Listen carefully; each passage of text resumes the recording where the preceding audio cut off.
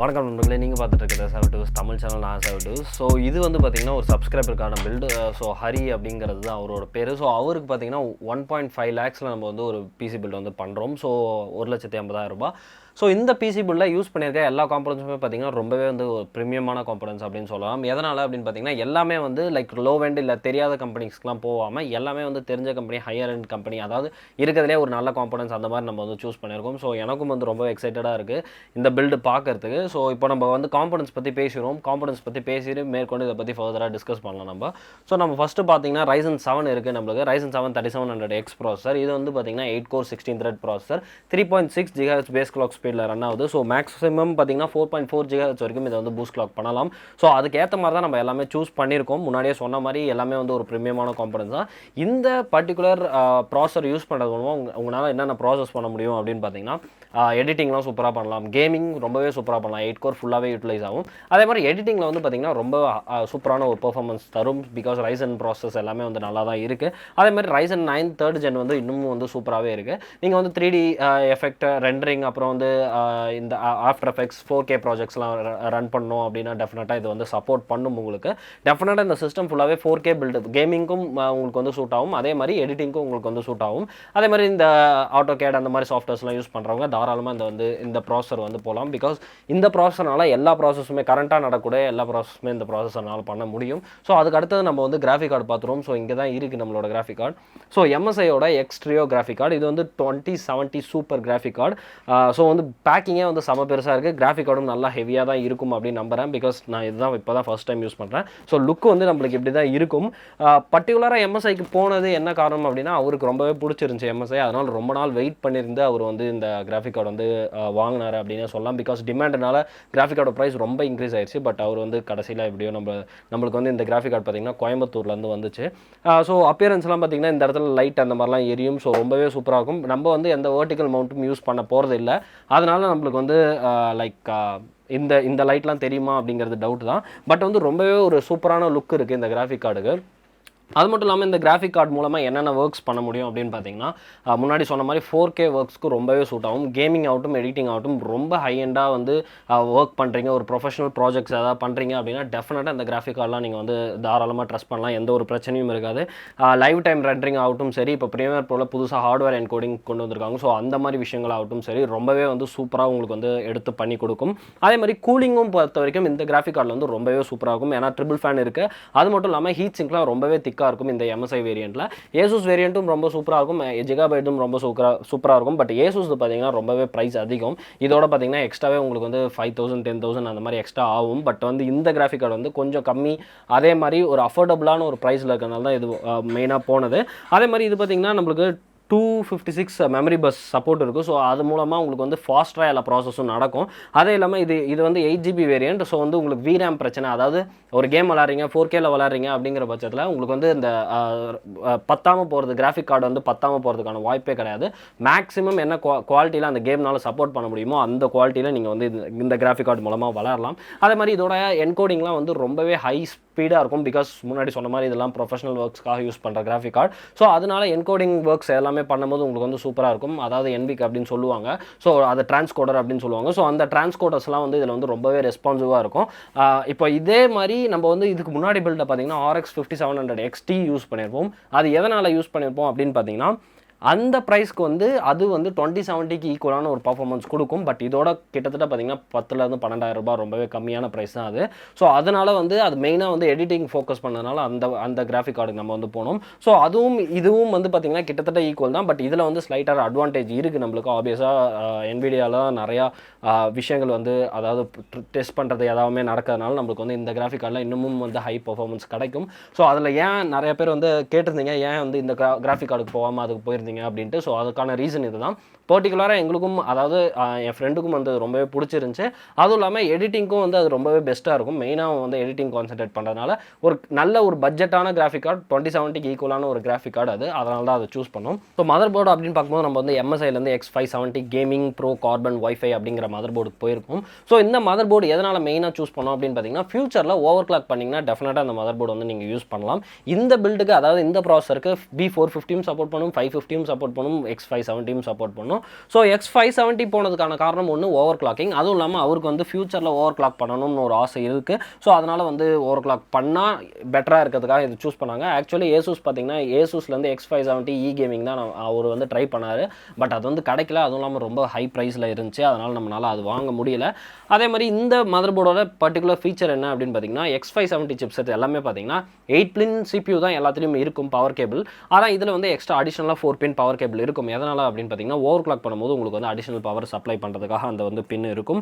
அதே மாதிரி Wi-Fi and Bluetooth இருக்குது. Wi-Fi 6 அப்படிங்கிற டெக்னாலஜி இதில் வந்து யூஸ் பண்ணுறாங்க. ஸோ 2.4 Gbps Wi-Fi ஸ்பீட் வந்து சப்போர்ட் பண்ணும். ப்ளூடூத் 5.0 சப்போர்ட் பண்ணும் அப்படின்னு சொல்கிறாங்க. அதே மாதிரி Gen 4 M.2 அப்படின்னு சொல்லியிருக்காங்க. ஸோ Gen 4 M.2 என்ன அப்படின்னு பார்த்தீங்கன்னா ரீசெண்டாக பார்த்தீங்கன்னா Ryzen ப்ராசஸ், Ryzen கிராஃபிக் கார்டெலாம் வந்து PCIe Gen 4 வந்து அதாவது 4.0 வந்து யூஸ் பண்ண ஆரம்பிச்சிருச்சு அப்படின்னு சொல்லலாம். மெமரி பஸ்லாம் பார்த்தீங்கன்னா டபுளாக இருக்கும். ஸோ ஸ்பீடும் வந்து ரொம்பவே ஃபுல்லாக இருக்கும். பட் அது வந்து எல்லா SSDனாலையும் ஆப்டிமைஸ் பண்ண முடியாது, சில SSDனால தான் ஆப்டிமைஸ் பண்ண முடியும். அதே மாதிரி PCIe ஸ்லாட்டும் இது வந்து 4th gen slot, so 4.0. So அந்த மாதிரி அதாவது நீங்கள் வந்து லைக் இந்த கிராஃபிக் கார்டுக்கெலாம் போனீங்கன்னா, AMD கிராஃபிக் கார்டுலாம் போனீங்கன்னா உங்களுக்கு வந்து மெமரி ஸ்பீடு வந்து ரொம்பவே டபுளாக இருக்கும். ஸோ வந்து அதாவது மெமரி ட்ராவல் ஆகிற பஸ் வந்து டபுள் த வித்தில் வந்து ட்ராவல் ஆகும் உங்களுக்கு. ஸோ அதனால் இன்னும் வந்து பெட்டரான ஒரு பெர்ஃபார்மன்ஸ் வந்து உங்களுக்கு கிடைக்கும். எல்லா ஒரு ப்ராசஸ்லையும் சின்ன ப்ராசஸ்லையும் உங்களுக்கு வந்து பெட்டரான ஒரு பெர்ஃபார்மன்ஸ் கிடைக்கும். அதே மாதிரி நம்மளுக்கு வந்து மிஸ்டிக் லைட் சப்போர்ட்டும் இருக்குது. ஸோ RGB காம்பனன்ஸ் யூஸ் பண்ணால் டெஃபினட்டாக கண்ட்ரோல் பண்ணிக்கலாம். மதர் போர்ட்லேயே வந்து பார்த்தீங்கன்னா நம்மளுக்கு வந்து RGB லைட் சைட்லேயும் மேலேயும் வரும். ஸோ ஒரு சூப்பரான மதர் போர்ட், டெஃபினட்டாக இதை வந்து வாங்கலாம், நீங்கள் கன்சிடர் பண்ணலாம். ஒரு கம்மி பட்ஜெட்டில் X570 வேணும் அப்படின்னா இது வந்து டெஃபினட்டாக நீங்கள் வந்து போகலாம். ஸோ ஸ்டோரேஜ் அப்படின்னு பார்க்கும்போது நம்ம வந்து ஒரே ஒரு 500 GB M.2 தான் யூஸ் பண்ணியிருக்கோம். ஸோ இது வந்து சாம்சங்லேருந்து 970 EVO Plus அப்படிங்கிற M.2. ஸோ இதெல்லாம் வந்து NVMe M.2 அப்படின்னு சொல்லுவாங்க. இதுதான் அதாவது ஒன் ஆஃப் த ஃபாஸ்டஸ்டான M.2 SSD இதெல்லாம்.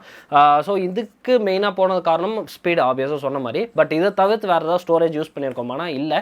எதனால் அப்படின்னு பார்த்தீங்கன்னா பட்ஜெட் ப்ராப்ளம்னால. ஸோ ஃபியூச்சரில் நம்மளுக்கு டெஃபினட்டாக அப்கிரேட் பண்ணிக்கிற மாதிரி தான் இருக்கும். ஸோ நீங்கள் வந்து எப்போ வேணாலும் அப்கிரேட் பண்ணிக்கலாம். அதே மாதிரி ரேம் அப்படின்னு பார்க்கும்போது நம்ம வந்து 2 8GB கிட்டுக்கு போயிருக்கோம்.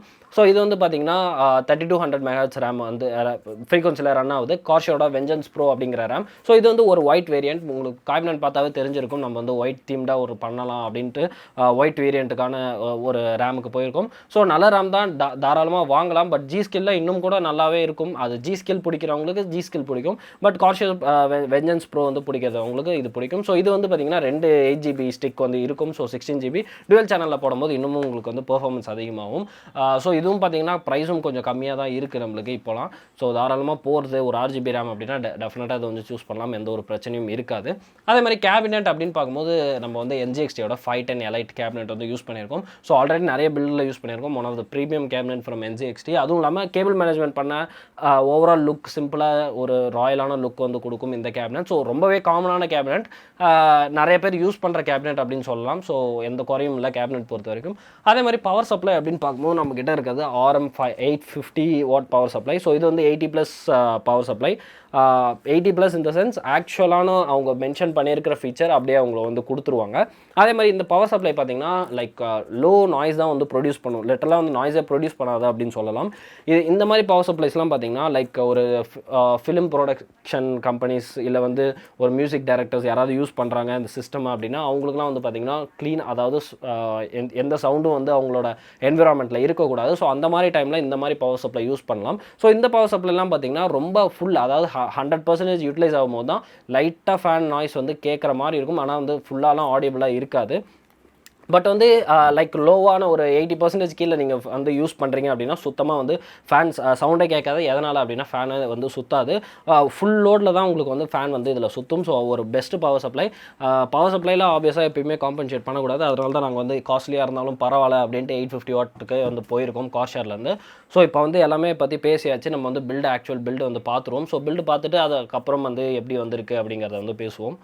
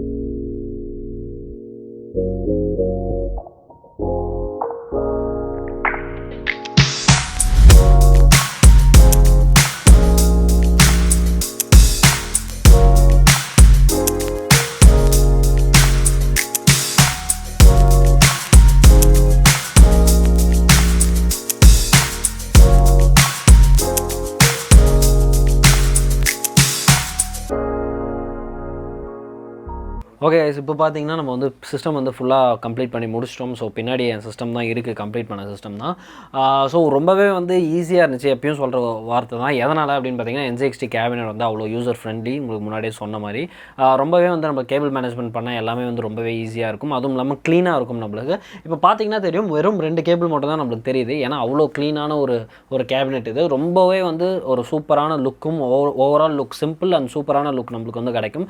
Highly recommended. பட் மோஸ்ட்டாக காமனாக யூஸ் பண்ணுற கேபினெட், எனக்கு கேபினெட் வந்து காமனாக இருக்க வேணாம் அப்படின்னா கார்ஷரோட கிறிஸ்டல் சீரிஸ் போகலாம். ஸோ என் ஃப்ரெண்டுக்கும் அந்த மாதிரி தான் நம்ம வந்து போயிருந்தோம் இதுக்கு முன்னாடி வீடியோவில்.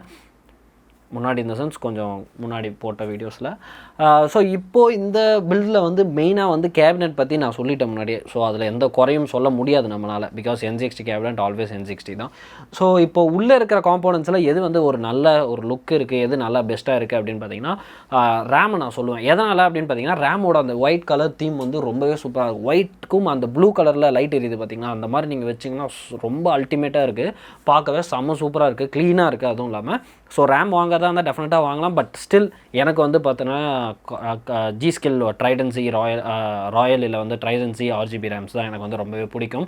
எதனால் அப்படின்னு பார்த்தீங்கன்னா அதோட RGB வந்து குவாலிட்டி சூப்பராக இருக்கும். அதுவும் இல்லாமல் லுக் வந்து ரோபஸ்ட்டாக நல்லா ஒரு ஸ்ட்ராங்கான லுக்காக இருக்கும். இது வந்து பிளாஸ்டிக் அந்த மாதிரி ஒரு ஃபீல் இருக்கும். பட் அது வந்து சூப்பராக இருக்கும். அதே மாதிரி இது பற்றி பேசியே ஆகணும் நம்ம வந்து கிராஃபிக் கார்டு பற்றி. MSIயோட 2070 சூப்பர் xtrio கிராஃபிக் கார்டு இது. ரொம்பவே சூப்பராக இருக்குது. செம திக்கான ஹீட் சிங்ஸ்லாம் இருக்குது. ஸோ ஹீட்டிங் ஆகிற இஷ்யூலாம் அவ்வளோலாம் இருக்கவே இருக்காது. நீங்கள் 4K கேமிங்லாம் கம்ப்ளீட்டாக சூப்பராக பண்ணலாம். எடிட்டிங்கும் வந்து உங்களுக்கு 4Kல சூப்பராகவே ஒர்க் ஆகும். அதுவும் இல்லாமல் எனக்கு ஒரே ஒரு குறை என்ன அப்படின்னா, இதில் வந்து வெர்டிக்கல் மவுண்ட்டுக்கு சப்போர்ட் இருக்குது. பட் நம்மக்கிட்ட வெர்டிக்கல் கேபிள் இல்லாதனால இதை வந்து வெர்டிக்கலாக மவுண்ட் பண்ண முடியல. சூப்பராக இருக்கும் வெர்டிக்கலாக மவுண்ட் பண்ணால். அவ்வளோ அழகாக லைட்ஸ்லாம் வந்து ரொம்பவே சூப்பராக இருந்திருக்கும். பட் அன்ஃபார்ச்சுனேட்லி நம்மளால் பண்ண முடியல. அதே மாதிரி நம்மளுக்கு இது கூடயே பார்த்திங்கன்னா இங்கே வந்து சப்போர்ட் கொடுத்துருக்காங்க, GPU சப்போர்ட். அந்த GPU கூடயே. ஸோ அந்த சப்போர்ட் இருக்கிறதுனால கிராஃபிக் கார்டு வந்து கொஞ்சம் பெண்டாகாமல் நல்லாவே வந்து இருக்குது. அதே மாதிரி ஷிப்பிங் பண்ணும்போது இந்த கிராஃபிக் கார்டு அப்படியே வச்சு ஷிப் பண்ணுவோமான்னு கேட்டிங்கன்னா டெஃபினட்டாக கிடையாது. இதை கழட்டி தனியாக ஒரு பாக்ஸில் வச்சு பாக்ஸ் தனியாக, அப்போ இது தனியாக தான் ஷிப் பண்ணுவோம். அவர் எடுத்து மாற்ற மாதிரி தான் இருக்கும். பிகாஸ் இதோட கிராஃபிக் கார்டோட வெயிட்டே பார்த்தீங்கன்னா 2.5 kgலேருந்து 3 kg இருக்கும் நம்மளுக்கு டெஃபினட்டாக. ஸோ சப்போஸ் இதுக்குள்ளே போட்டு அமிச்சோன்னு வைங்களேன், டெஃபினட்டாக வந்து உடையறதுக்கான சான்சஸ் ஹையாக இருக்குது. உடஞ்சி எல்லாத்தையுமே வந்து ஸ்பாயில் பண்ணுறோம். ஸோ அந்த வகையில் நம்ம வந்து அது பண்ணி தான் ஆகணும். அதே மாதிரி நம்மளோட ப்ராசஸரோட டிஃபால்ட்டான கூலர் பார்த்திங்கன்னா எனக்கு அவ்வளோலாம் ஒன்றும் ரொம்ப பெரிய இன்ட்ரெஸ்டாலாம் இல்லை. ஓகே இருக்குது. பிகாஸ் இவ்வளோ ஒரு காஸ்ட்லியான பட்ஜெட்டில் நம்ம வந்து அதை மட்டும் IAO போடல அப்படிங்கிறது ஒரு வருத்தமாக இருக்குது. பட் ஸ்டில் வந்து நல்ல ஒரு கூலர் தான். இன்டெலில் கம்பேர் பண்ணுறதுக்கு AMD வந்து எவ்வளோ பெட்டரான கூலர்ஸ் தான் வருது நம்மளுக்கு. ஸோ ஃப்யூச்சரில் கூட நீங்கள் AAO வாங்கி போட்டுக்கலாம். பட் AAO போட்டிங்கன்னா இன்னும் லுக்கும் நல்லாயிருக்கும், பெர்ஃபார்மன்ஸ் எஃபிஷியன்சியும் இன்னும் ஓவராலாக நல்லாயிருக்கும். ஸோ மதர் போர்டை பற்றி பெருசாக எனக்கு வந்து சொல்கிறதுக்கு எதுவும் இல்லை. பிகாஸ் நம்ம வந்து அவ்வளோவா RGB காம்பனன்ஸில் யூஸ் பண்ணலாம். அதுவும் இல்லாமல் எல்லாத்துக்கும் வந்து ஸ்லாட் இருக்குது. Type-C ஸ்லாட் இல்லை நம்மளுக்கு. ஸோ இதில் வந்து ஃப்ரண்ட் போர்டில் Type-C இருக்குது, மதர் போர்டில் Type-C ஸ்லாட் இல்லாததுனால நம்மளால் ஸ்லாட்ஸ் வந்து அதாவது Type-C போர்ட் வந்து யூஸ் பண்ண முடியாது. மற்றபடி பின்னாடி மதர் போர்ட் பின்னாடி நம்மளுக்கு வந்து Type-C போர்ட் இருக்குது. அதே மாதிரி முக்கியமாக இன்னொரு விஷயம் அப்படின்னு பார்த்தீங்கன்னா, இதில் இருக்கிற USB 3.0 கனெக்டர் வந்து பார்த்தீங்கன்னா ஃப்ளாட் கனெக்டர். அதாவது மதர் போர்டு இப்படி இருக்குன்னா இந்த ஃப்ளாட்டில் இருக்குது, நம்மளுக்கு இப்படி இல்லை, இப்படி கனெக்ட் பண்ணுற மாதிரி இல்லை, இப்படி கனெக்ட் பண்ணுற மாதிரி இருக்குது. ஸோ வந்து அது ரொம்பவே ஈஸியாக இருந்துச்சு. ரொம்ப க்ளீனாக நம்மளுக்கு ஒரு லுக்கு கொடுத்துச்சு. எனக்கு அதுவும் ரொம்பவே பிடிச்சிருந்துச்சி மதர் போர்டில் அப்படின்னு சொல்லலாம். பிகாஸ் நிறைய மோஸ்ட் ஆஃப் த மதர் போர்டில் பார்த்தீங்கன்னா இப்படி கனெக்ட் பண்ணுற மாதிரி தான் இருக்கும், இல்லை வந்து கீழே இல்லை வந்து சைடில் எப்படி இருக்கும். ஸோ அது வந்து ரொம்ப அக்லியாக இருக்கும். பிகாஸ் USB 3.0 கேபிள்ஸ்லாம் செம்ம திக்காக வரும். பட் இதில் வந்து ரொம்பவே வந்து சூப்பர் அண்ட் க்ளீனாக இருந்துச்சு. இந்த சிஸ்டமில் இருக்கிற ஓவரால் லைட்டிங் கண்ட்ரோல் பண்ணுறது அப்படின்னு பார்த்தீங்கன்னா நம்ம வந்து MSIயோட மிஸ்டிக் லைட் சப்போர்ட் இருக்குது நம்மளுக்கு எல்லாத்துக்கும். ஸோ அது மூலமாகவே நம்ம வந்து ஃபுல்லாகவே கண்ட்ரோல் பண்ணிக்கலாம். அதே மாதிரி இந்த ஃப்ரண்ட் லைட்டு அப்புறம் வந்து இங்கே எரியிற வந்து எல்இடிஸ் வந்து கண்ட்ரோல் பண்ணணும் அப்படின்னா வந்து நம்ம Nzxtயோட கேம் சாஃப்ட்வேர் யூஸ் பண்ணி கண்ட்ரோல் பண்ணிக்கலாம். ஸோ நீங்கள் வந்து மாண்டேஜ் ஷார்ட்ஸ்லேயே பார்த்துருப்பீங்க எவ்வளோ அழகாக இருக்குது அப்படின்ட்டு. எனக்கும் வந்து ரொம்பவே வந்து பிடிச்சிருந்துச்சு. அதே மாதிரி வீடியோ குவாலிட்டியும் எப்படி இருக்குது அப்படின்னு சொல்ல மறந்துடாதீங்க. பிகாஸ் வந்து நம்ம அப்கிரேட் பண்ணிட்டோம், உங்களுக்கே தெரியும். ஸோ ஃப்யூச்சரில் இல்லை வந்து இதுக்கு முன்னாடி கூட அந்த வீடியோஸ் வந்துருக்கலாம், பார்த்துருந்தீங்கன்னா உங்களுக்கு தெரிஞ்சிருக்கும். ஸோ இந்த மாதிரி உங்களுக்கும் பிசி பில்டு வேணும் அப்படின்னா டெஃபினட்டாக நீங்கள் வந்து இன்ஸ்டாகிராமில் வந்து ஜிமெயில் மூலமாக காண்டாக்ட் பண்ணலாம். இன்ஸ்டாகிராமில் ஃபாலோ பண்ணலன்னா ஃபாலோ பண்ணிக்கோங்க, லிங்க்லாம் டிஸ்கிரிப்ஷனில் இருக்குது. காண்டாக்ட் பண்ணுறவங்க பிசி பில்டு வேணும் அப்படின்னு காண்டாக்ட் பண்ணுறவங்க டெஃபினட்டாக அவங்களோட நேம், ஃபோன் நம்பர், அப்புறம் வந்து லைக் என்ன பட்ஜெட், எப்போ பண்ண போகிறீங்க அப்படிங்கிறத வந்து தெளிவாக சொல்லிவிட்டு காண்டாக்ட் பண்ணுங்கள். ப்ரைஸ் விசாரிக்கிறது இல்லை வந்து லைக் வேறு ஏதாவது விஷயம் டவுட்ஸ் அந்த மாதிரினா வந்து டெஃபினட்டாக வந்து காண்டாக்ட் பண்ணுங்கள். பட் லேட் ரிப்ளைஸ் தான் வரும். பட் வந்து பிசி பில்டு வேணும் இமீடியட்டாக அப்படின்னா டெஃபினட்டாக நீங்கள் வந்து காண்டாக்ட் பண்ணலாம் இன்ஸ்டாகிராம் இல்லை ஜிமெயில் மூலமாக. மோஸ்ட்டாக இன்ஸ்டாகிராம் இஸ் ப்ரிஃபர்ட். ஸோ இன்ஸ்டாகிராமில் ஃபாலோ பண்ணிக்கோங்க, நிறையா போஸ்ட் வரும், டெக் போஸ்ட் நிறையா எல்லாமே வரும் உங்களுக்கு. அதே மாதிரி இன்ஸ்டாகிராமில் ஃபாலோ பண்ணுறது மூலமாக உங்களுக்கு வந்து லைக் இமீடியட்டான ஒரு நான் ஏதாவது ஒர்க் பண்ணுறேன் இல்லை ஏதாவது ஒரு விஷயங்கள்லாம் அப்படின்னா உங்களுக்கு ஈஸியாக சொல்கிறதுக்கு இருக்கும். ஸோ மறக்காமல் ஃபாலோ பண்ணிக்கோங்க. அதே மாதிரி பிசி பில்டு வேணும்னா மறக்காமல் கேளுங்க, டெஃபினட்டாக உங்களுக்கும் ஒரு சூப்பரான பிசி பில்ட் பண்ணி தரலாம். ஸோ இந்த பிசி பில்டு வந்து உங்களுக்கு பிடிச்சிருக்கும் அப்படின்னு நினைக்கிறேன். பிசியும் உங்களுக்கு ரொம்ப பிடிச்சிருக்கும்னு நினைக்கிறேன். ஸோ பிடிச்சிருந்தா லைக் பண்ணுங்கள் டெஃபினட்டாக. அதே மாதிரி உங்கள் ஃப்ரெண்ட்ஸுக்கு ஷேர் பண்ணுங்கள், யாரெல்லாம் பிசி ரொம்ப பிடிக்கும் அப்படிங்கிறத வந்து நம்மளும் வந்து தெரிஞ்சுக்கலாம். ஸோ இதே மாதிரி ஒரு நல்ல பில்டோட இல்லை வேறு ஏதாவது ஒரு நல்ல விஷயத்தோடு உங்களுக்கு அடுத்த வீடியோவில் சந்திக்கிறேன். ஸோ நன்றி.